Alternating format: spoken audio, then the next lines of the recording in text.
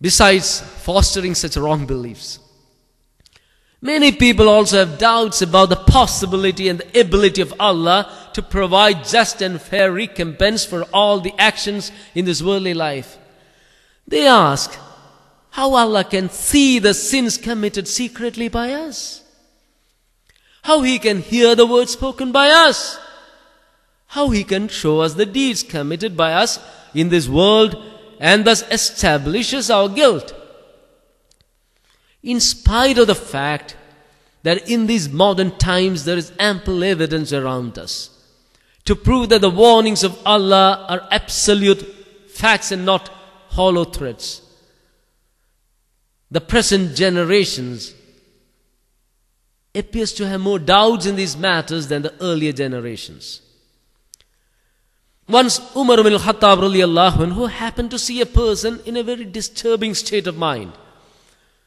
When he inquired the reason, the man stated that he is worried about the warning given by Allah in verse 7 and 8 of chapter 52 of the glorious Quran. Inna adhaba rabbika lawaqi' ma lahu min dafi'.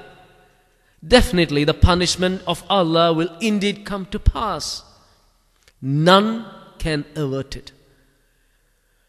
From this incident we understand that after reading these verses, the man did not have any doubt about resurrection and recompense.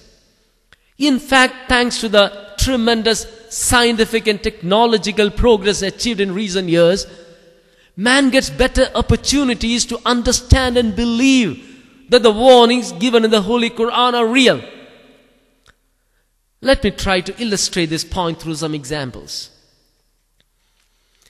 Once a thief stole a gold chain. The theft was discovered, and when he was about to be caught, he swallowed the chain to destroy the evidence. But when the investigators used X-ray photography, the presence of the stolen chain inside his stomach was revealed, and eventually he was punished. All of us know about the scanning machines at airports that reveal the explosives, weapons, drugs, etc. that people try to smuggle across. How can modern man who is aware of these facts deny the warning given in the glorious Quran in verse 16 of chapter 31 Surah Luqman? Ya bunayya innaha in taku mithqala habbatin min hardalin fatakun fi sahrati aw fi samawati aw fil ardi yakhti bi Allah. O my son, if there be the weight of a mustard seed, and it were hidden in a rock or anywhere in the sky or in the earth, Allah will bring it forth. How can modern man who is aware that secret agents and police can record people's conversations over telephone and can access the emails sent by people mock at the warning of the glorious Quran in chapter 43 verse 80? Do they think that we hear not the secrets and their private plots?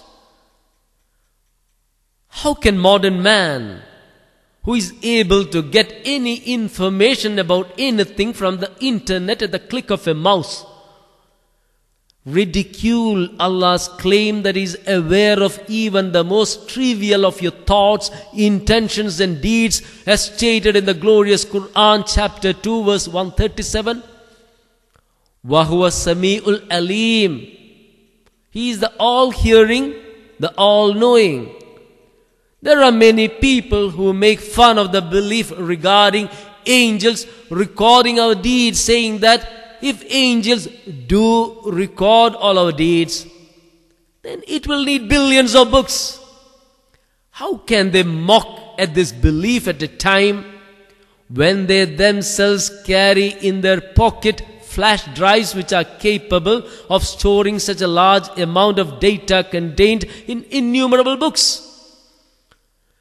Modern man can never deny the reality that Allah can see everything done by us. I'll try to illustrate this through an example. We know that the remote control cameras attached to numerous satellites orbiting the earth take pictures and send them to the earth stations. Now let us imagine that a satellite has been stationed millions of miles away from earth. The remote control cameras attached to the satellite is turned towards a planet situated millions of miles away from that satellite. Let us also imagine that there are living beings on that planet. One day, one among them murders a fellow believing there is no witness to the crime.